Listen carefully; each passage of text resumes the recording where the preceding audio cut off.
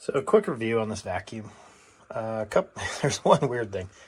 Here's the holder for the attachments, and I am only guessing that it goes on here. And I don't know if it actually goes there. There's nowhere else that it can attach, like nowhere else. So I guess that's where I'll put it for the good.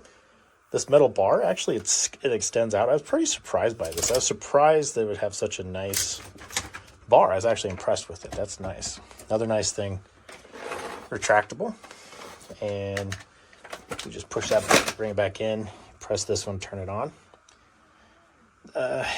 What's not so great about it is this tube is very plasticky. So it's that cheap vacuum type of plasticky feel.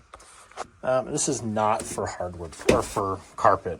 You'll see that there's no agitator. This is a hard floor or really short carpet type of thing, but there's no agitator. It's just straight up vacuum. One other thing, when I was using it, is when you're pulling it around, it pulls by the tube here.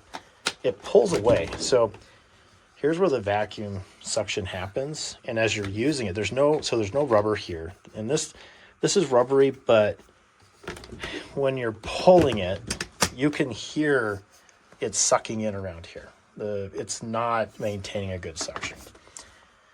I mean, for the price, it's okay. If you have hardwood floors, this will be a pretty decent little vacuum. If you have carpet, not.